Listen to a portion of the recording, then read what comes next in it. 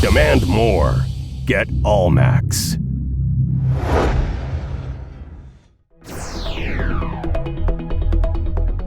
All right, downtown powerhouse, Tampa, firing up a little leg workout for you guys. It's gonna be more or less an instructional video. I'm gonna try to teach you guys why I do what I do, why you would wanna choose this over that. Starting off the workout, like you all know, I'm a huge advocate of branched-chain amino acids. I take a lot more than the average person. I usually get about 3 scoops, which for me is 24 grams. I'll do that during and after the workout. And for most people, that's a lot. You don't need that much, but obviously I'm a little different case than most people. And I got my muscle prime. I'm just gonna do 1 scoop. The trick for me is to make sure you're drinking a lot of water during your workout. It's so important. Stay hydrated. I also use electrolytes. That's something that a lot of people take for granted. That actually can significantly improve your performance.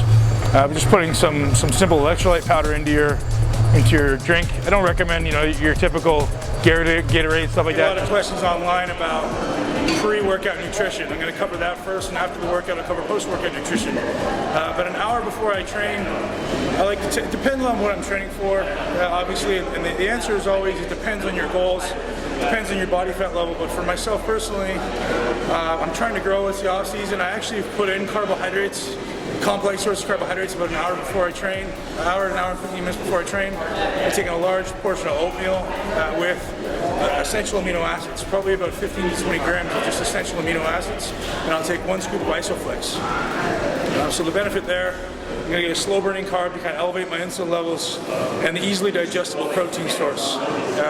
Right before I train, I'm going to take in some BCAAs from Amino Core, my muscle prime, and then I get into my workout, which is right now. During the workout, again, I'm just sipping on branched chains and electrolytes, a little bit of muscle prime. Yeah, that's it. That's just basically to help my body minimize the catabolic effect of the workout, optimize the anabolic effect of the workout. So there's a steady flow of nutrients in there. For some people who are above 10% body fat, I wouldn't suggest taking in carbs before you train. Now the logic behind that is you're going to inhibit your focus, your neural drive is going to be decreased, your focus will be diminished, and also you're going to inhibit any type of fat burning that might have gone on. So, and your body probably doesn't use sugar very well if you're above 10 or 12% body fat. So avoid the carbs pre-workout if you're above 10, 12%, but if you're below that, then you need it. So that's just a little insight for you guys. We're going to get started on a little leg workout. I was just telling Rick that I've got a little problem with my ankle today.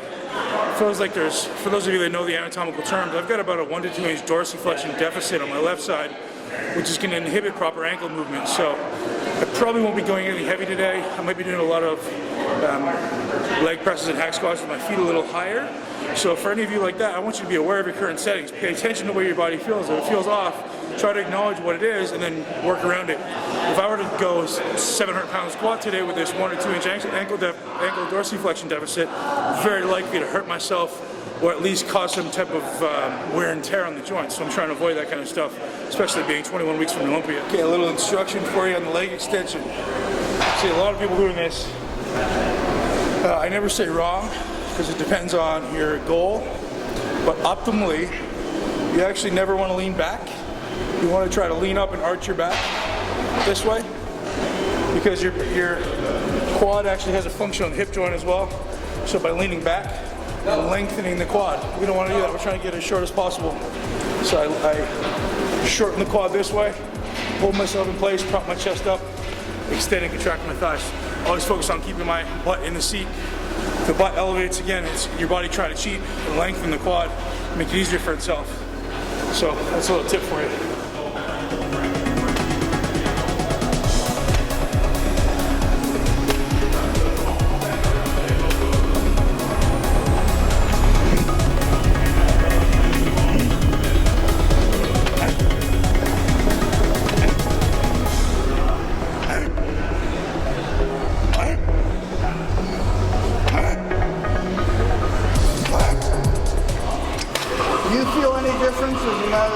How your body's folded, if you put back or anything, you feel better if you're forward more? Well, just explain this on the camera. The quad there's two functions that people don't realize. Yeah, it lifts up too. Right. Yeah. So when you support your body up this way, Yeah. you're actually shortening from this end. Okay.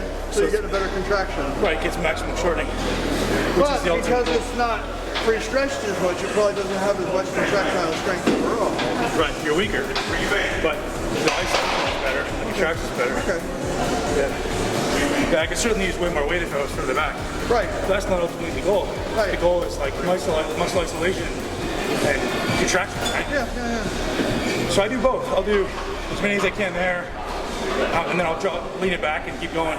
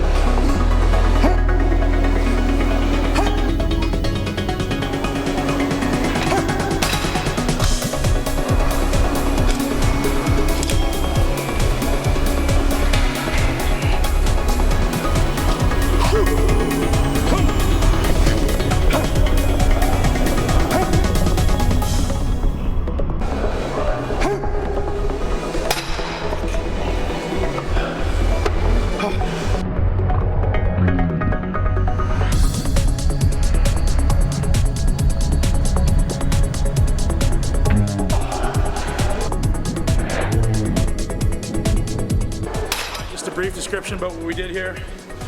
I worked up to my heaviest weight, which is the stack. I did 3 sets there. The third set, we did a quadruple drop. So we dropped the weight 3 times and then leaned back, which will give you a bit of a mechanical advantage and allow you to continue the set. Because when I'm sitting really upright, the muscle's really short, so it's weak. So once I put the seat back, it actually lengthens the muscle, puts it closer to the mid-range of the movement, and allows me to continue training. So it's a way to do an extended set without changing the weight. So that's what we did there, and now we're going to move on to some leg press. All right, exercise number 2, we have a little leg press going. Not overly heavy, like I said, my ankles bug me a little bit, but the way I always do leg press, and I've done it since I was probably 17 years old, is I keep loading weights. I do sets of 20 until I can't do 20 anymore. So start with 6 plates aside, do 20 reps, I'll do 8 plates aside, do 20 reps, 10 plates aside, do 20 reps, 12 aside, do 20 reps, and then I'll keep going. I maybe do 14, and then I only get 16, and then continue that way. And then I'll come back down, so back down to 6 or 8 plates. I may end up doing 6 or 8 sets.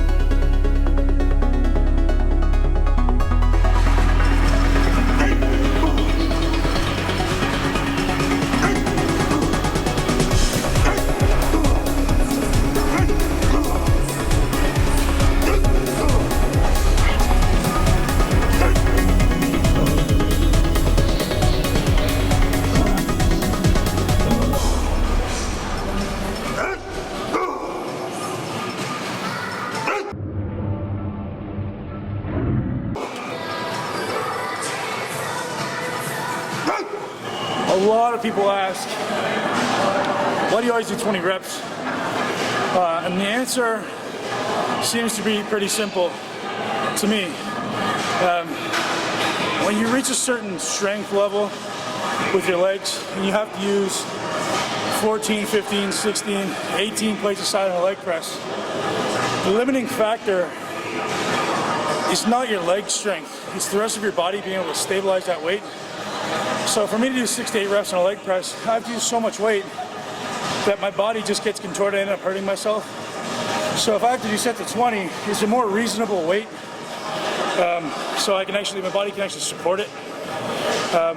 So I still get the muscular exhaustion, and the form is better. I mean, Muscular contraction is great, the form is better. I'm not only worried about stabilizing that weight, I can focus on my legs. Second, we're doing one-legged leg press after we do leg press. The difference for me is a slightly greater range of motion because I'm able to come a little further down with my knee. I get a lot more stabilizer in the hip joint because you have to prevent your knee from going like this. So there's that. Put my foot up a slightly bit higher, and I actually try to force my contraction outwards so I get a little more outer quad. And it's just about manipulating where you shove. Like I talk about in my program in my 40, it's about where you place your intention. So I can shove out, I can shove up to recruit my quad a little more, I can shove in to recruit my inner thigh, I can even shove down to recruit my hamstring. So think about it like rotating your tires, you know. You gotta, in order to keep your joint from too much wear and tear, you gotta shove in different directions, just like rotating your tires. You gotta rotate your tires every few months so you don't wear away at the joint. Same idea is what we're doing here. So today I'm shoving out, trying to recruit a little more outer thigh.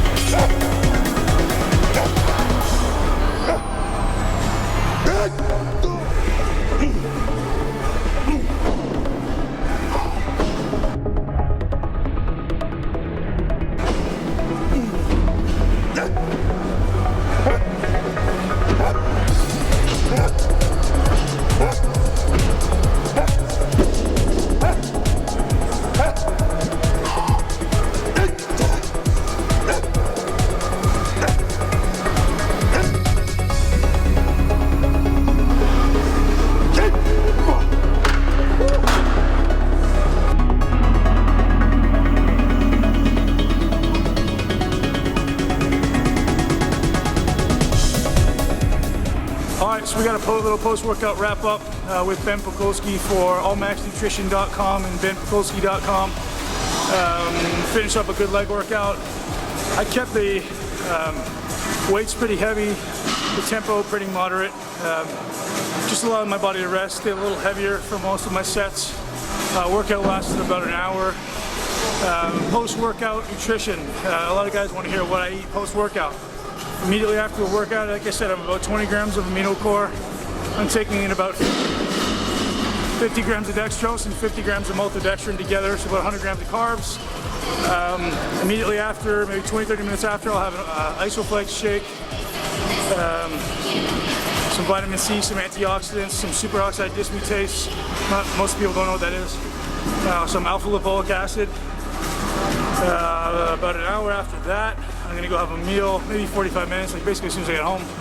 I'll have a meal which will consist of simple carbohydrates, so usually white rice, and a lean protein source. My lean protein source of choice lately has been turkey, white turkey breast ground up, made into patties, and that'll be it for carbs for the day. So the rest of the day, it's 2 o'clock right now, so my last carb meal will be around 3:30.